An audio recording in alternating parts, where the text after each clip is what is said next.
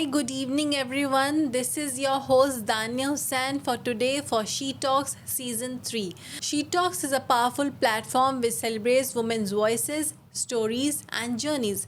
And today with us, we have a very special guest who is Miss Deepa. She is a pediatric physiotherapist at Adelaide Pediatric Physiotherapy Clinic, which is a London based clinic. And she has recently launched this clinic in UAE, Dubai. So, welcome to our show, ma'am, and thank Thank, you so much for joining us today. thank you, Danya. Thank you so much for having me on She Talks. I'm really honored by this opportunity. I'm so thankful for this. Thank you. So, Ms. Deepa, we have few questions for you through which we are going to discover about your journey. So, we shall now start with the questions. Sure.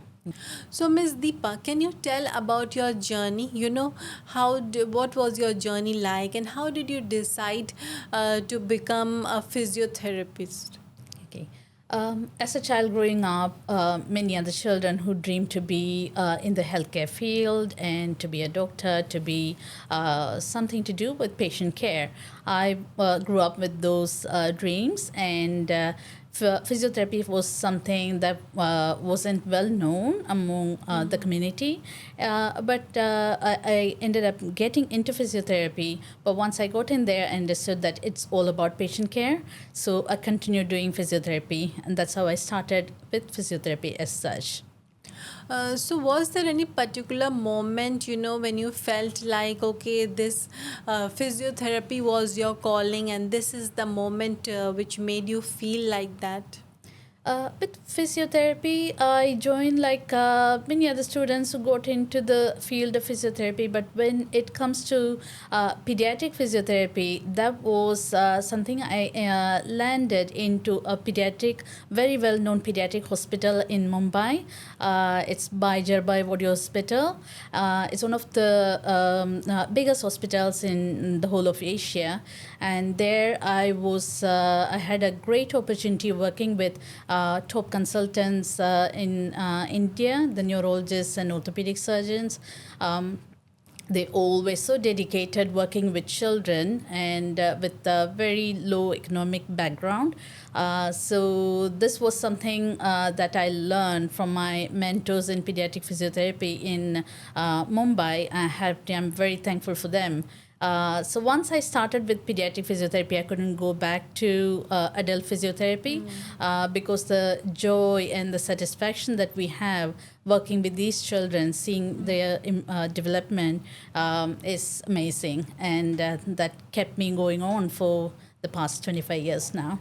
Great, amazing. So, Miss Deepa, what brought you to Dubai and what made you feel like, you should open a clinic here?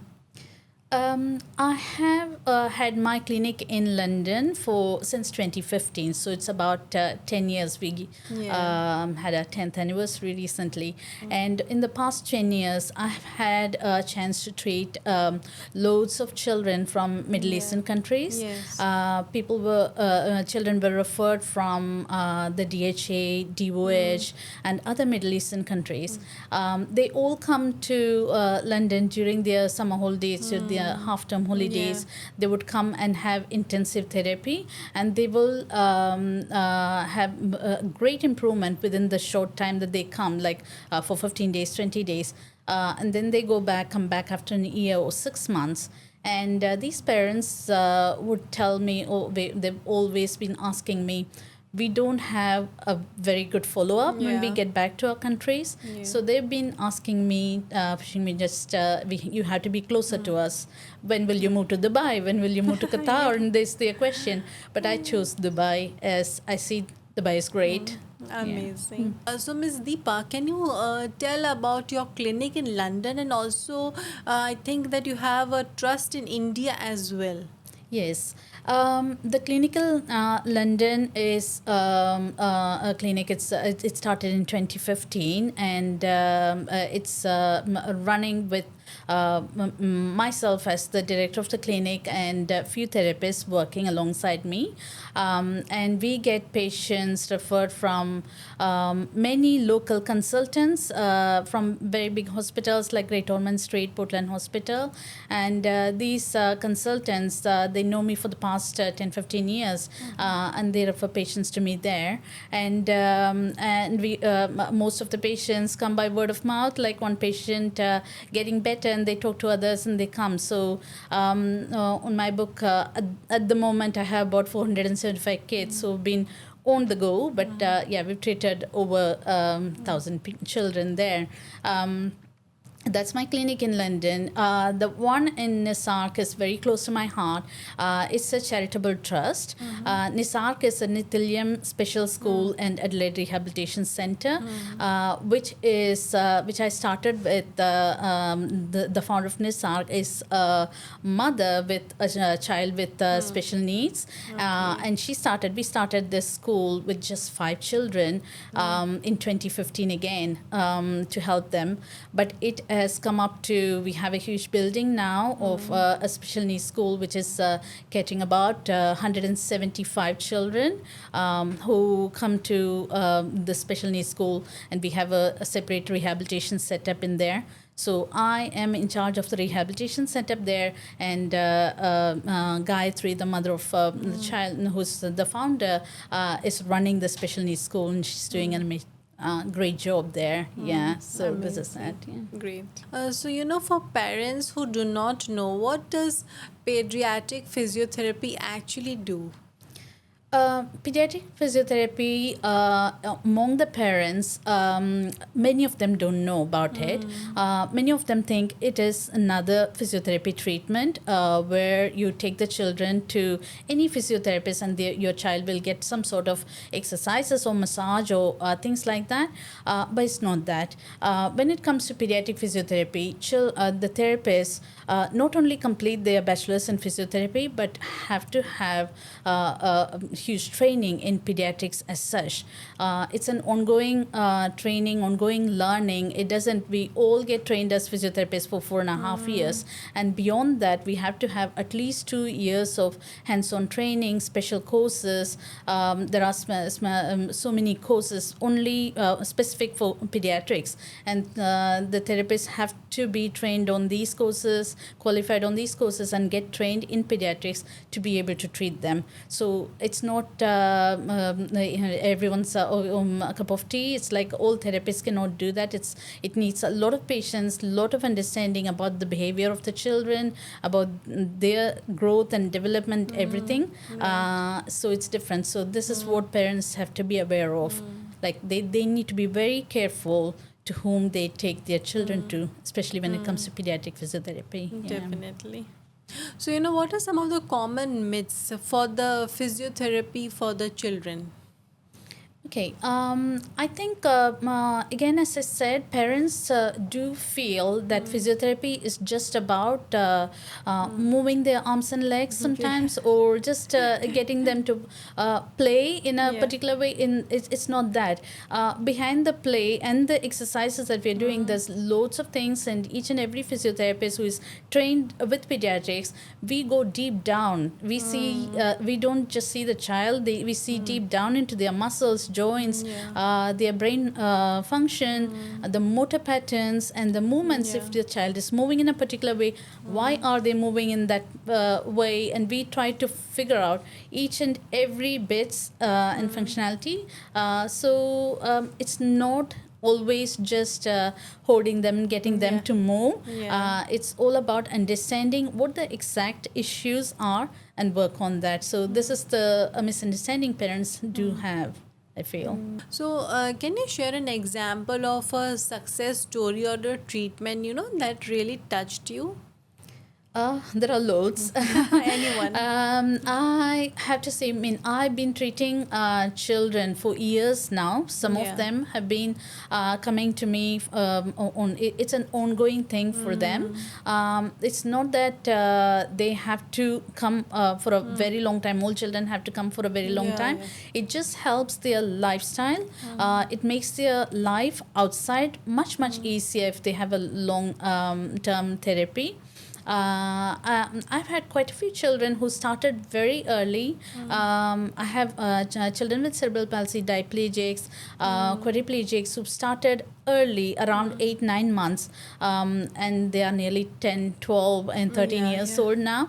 And I would say there's one a little girl who started at the age of 8 months, and the mom was religious about the exercises and the follow up and all the home program that we gave. And the little girl is nearly 11 now, and she has achieved a GMFM 100, which is a gross motor function measure scale, which scores the motor function. If a normal function is 100, and this girl has achieved 100 in that. Whereas children with diplegia have got stiffness in their legs, and this girl was HIE grade 4. So it's like a really severe cerebral palsy, but then she achieved that, and that's a great success for me. But it doesn't come easily, and it's a lot of dedication from the family. The child would have 2 or 3 times a week physio to start Yeah, with, yeah, yeah. and as they grow with the schools and they get busy, and at least once a week, but they never miss their physio. So the dedication from the parents is very important. If they, I mean, things change family wise, things change Yeah, yeah, quite a of lot. course. The financial circumstances, their work, and everything course, will of change. course. They keep changing, but somehow if the parents are able to bring the child to a therapist consistently for a long time, or as much as is required, then they will see the results. So the dedication is very important. So, how do you make the therapy fun and engaging for the kids? It's easy for a pediatric physiotherapist. It just becomes a second nature. And you learn from children. Yeah. And when you're with children for a very long time, you learn to become like them. And then fun and play and engaging them in the games doesn't become like a task. It just Yeah. comes naturally to you. Okay. And it's not all about games, and we know how to sneak a little bit of exercise in Yeah. each and every game. And they take exercise as fun, totally. Right. Because when it is along with their toys and their games, and things are changing as they grow, and the generations are changing now. They are all into AI and video games and Yes, yes, everything. yes. So everything has to be, it's an innovation. You just have to keep coming up with new ideas right. to help them be engaged with not just few toys, but different things. And but the end result has to be, if you have a goal of this is what I need to achieve from this child, you'll come up with several ideas of getting them to use the toys and things to get them to do the stuff. Yeah. Great. So, what's your vision behind the clinic? The London clinic, we have treated about over 1,000 children, but at the moment we have about 475 children. It's not the number that matters. Yeah. It's the each and every day when you go back home, at the end of the day, you feel the satisfaction that okay, this Right. this has been done. Like you get that job satisfaction. It's not just a job; it becomes a part of your life Yeah, there. So my vision is again getting more and more children, as many children as possible.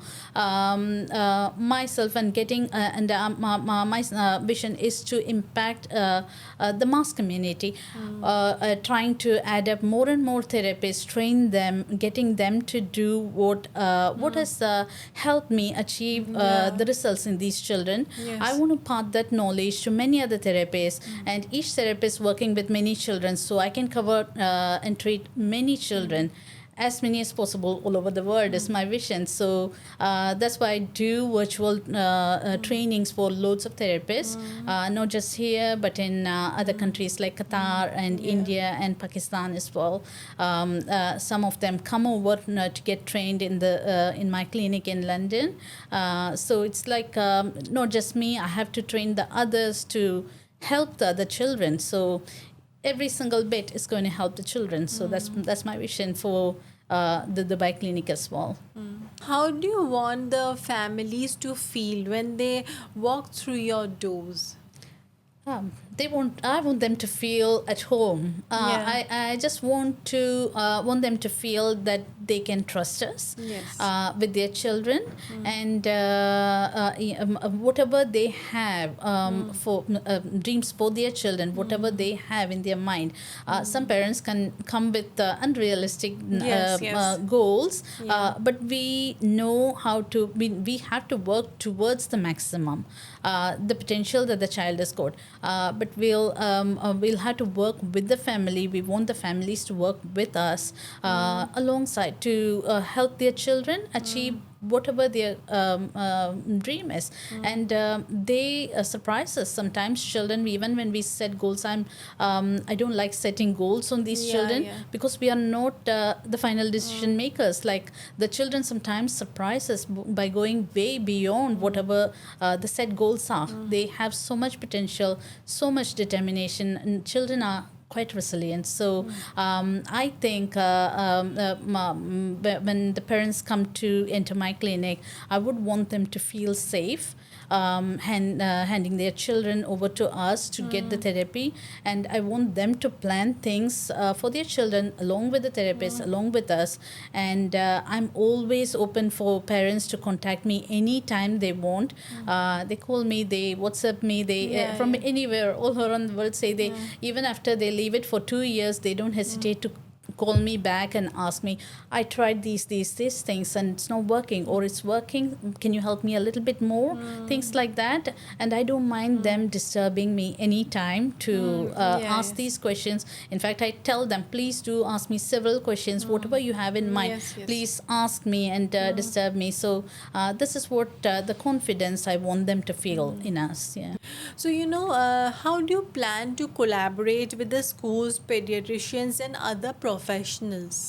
In London, we always work together. The team, the MDT team, the physios, OTs, speech therapists, and all the clinicians involved with the child, we all work together. I'm so pleased and I'm so honored to work with top consultants who always refer me patients, and they don't stop there. They keep asking me every now and then, how is this child doing? There is a real patient care.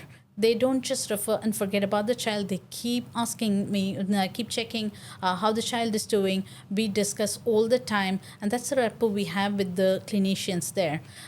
So a child being treated, a child with neurological condition or complex conditions being treated is not just one person's task.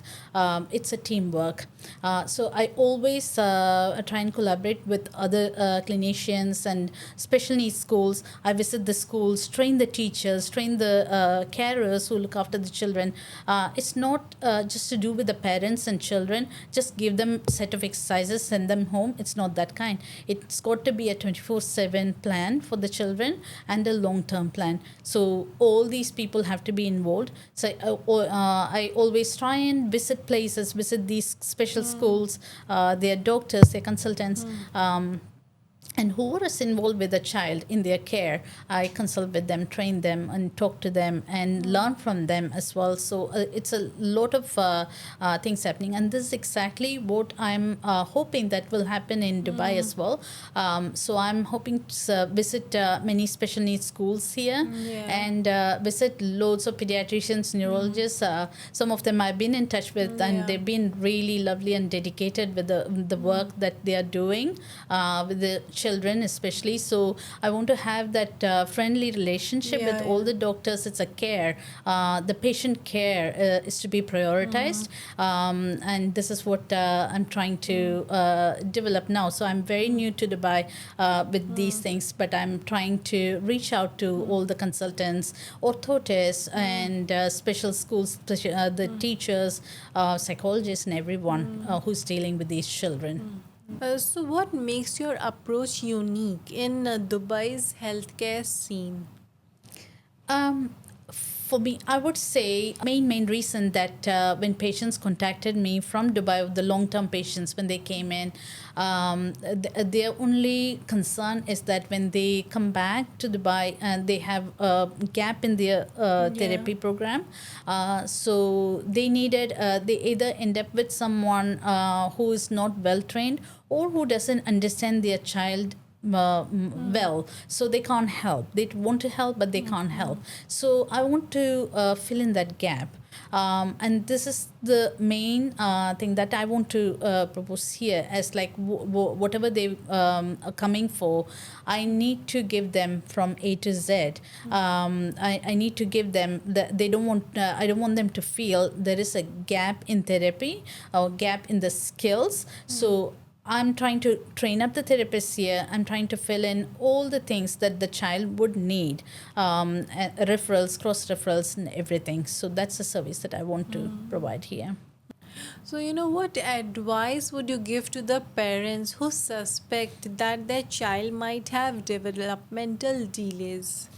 Okay, I would say don't hesitate to ask. Even if you see a slightest delay in your child, the first 2 years of development, in fact, the first 5 years, but definitely the first 2 years of development is very important for their motor development and other cognitive and fine motor, all sort of development. And if they see that they are concerned, and the moms are very good at that intuitive thought that, okay, there is something wrong with the way the child is sitting, the way the child is moving, please don't hesitate. Just contact, just reach out to a therapist who can help you with answering some questions, and they'll be able to see the child and just book an one-off assessment to see if there is anything wrong, if there is anything that can be done just to push the child to move forward. And that's if that can be done, please don't hesitate, just go ahead and do it. That's very important for when it comes to development. I recently had a mom contact coming with a child who is 15 months old, and for the past since she started crawling when she was about 1 year, she started walking on her knees for 4 months, and she did not figure out how to pull herself to stand. Just a few techniques and few shifts in the angle that the child is standing and coming up to stand, the child started walking within that 1 week. So it's just subtle changes that they need, and you may not be able to see the as a parent, but a therapist who's trained to look at the abnormal patterns will be able to figure out in no time. So just don't hesitate. Bring the child to the physiotherapist. Also, when should parents approach a physiotherapist? Most of the children who have any sort of delay in their development or any difficulties with their posture, with their movements, children who have difficulties competing with their peers, or just to be at par with their peers in school, anything of that sort requires physiotherapy for those children. So the parents, when they figure out that there is some sort of delay, and if they need it doesn't have to be a delay, it's just a lifestyle. It just need to add it as it's not a medical field. It's more of lifestyle as well. Even the slightest help, even a block of physiotherapy session would make a big change throughout their life. If that is what it is, please take them for physiotherapy. So this is where the parents should be able to try and figure out, like, okay, this is the time I have to take my child to physiotherapy, or just take help or take an advice. So, Miss Deepa, where do you see your clinic 5 years from now? 5 years from now. Okay, I'm excited for that. I would love to, and it's my dream for Adelaide Pediatric Physiotherapy Center to which I've just established to cater children, more and more children, loads of children, like hundreds and hundreds of children living in and around Dubai from outside, just like how Adelaide Children's Physio in London has been doing and helping children and families throughout these years. This will be my dream for Adelaide Pediatric Physiotherapy Center in Dubai as well, to help loads of children here, so more than hundreds and hundreds of children here. So, Miss Deepa, if one message you could give to the parents who are listening right now, what would it be? Uh, our vision is for the children to have the mobility that they deserve. Each child who's got the potential to move, Yeah. we want to help them move. And they all deserve that mobility. And I request the parents, and it's a message for the parents, that just bring the child to the therapist. It's very important to connect the child and the therapist to see the results on the child. Yeah. And the second thing that I would like the parents to do, there are several options available, techniques available. As the internet is growing and the social media is happening, Right. parents are so confused because Yeah. there are loads of different techniques happening here and there, and they show little shorts of big improvement happening, Yeah, yeah. and things don't happen like that. And the parents fall for them. And please try and check the story behind each and every short or reels that they watch, and do not blindly take the children to any technique that they see on the internet. And that's very important. And with my 25 years of experience in pediatric physiotherapy, I know the best equipment for a pediatric physiotherapist are our hands and our brain. It's nothing more than that. All the other equipment that they see and the everything is just an addition. But if you find a therapist with good handling and good thought of good understanding of about your children, Yeah. take your children to them. That's very important. Please do not fall for many fancy Yeah. things happening around. There are some of them that could help, but please have an open mind and check if it is good for your children or not. Don't go impulsively and go blindly fall into these things. So, thank you so much, Miss Deepa, for joining us today, and we wish you all the best for all your future projects and endeavors. And it was a wonderful conversation, and thank you so much for joining us today. Thank you so much, Dania. Thank you for giving me this opportunity. And it's lovely having a nice chat and talking my heart out to you about it's a journey. It was a Yeah. long journey to sit down and talk to you, to put out whatever my thoughts about pediatric physiotherapy is, and how I'm here with all my dreams to help these children in and around Dubai. And it's a pleasure to be in this position, be in the seat to chat with you. Thank you. Thank you for having me. Thank you so much, everyone, for joining us today. And with this, we end our session for today for She Talks Season 3. And this is your host, Dania Hussain, signing off for today for She Talks Season 3. Thank you so much.